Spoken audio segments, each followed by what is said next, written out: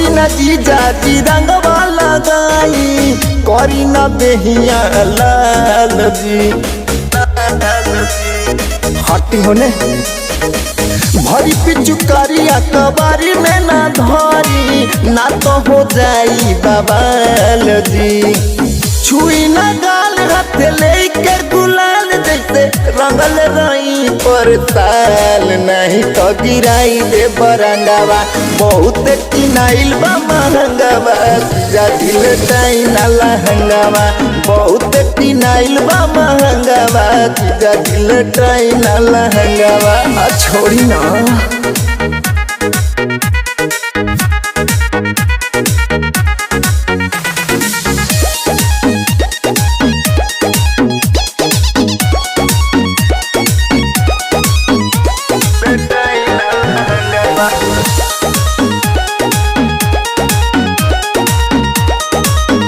हमें हई राउर साली नहीं बुझी घर वाली रंगे ऊपर से लगाई भीतर हाथ नहीं डाली।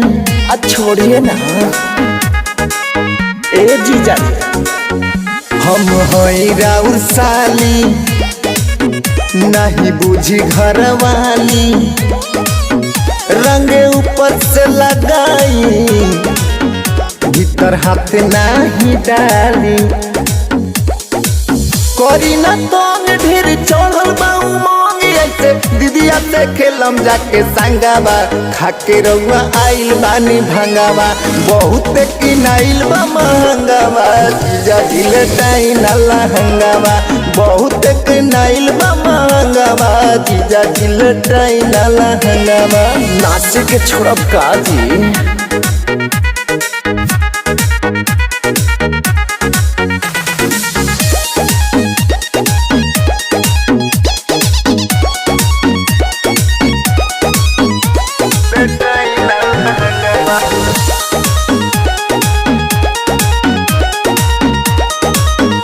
आइल बानी ससुरारी जनी करी बड़ियारी सोचब करे के खेला देहब काटल काटल गारी।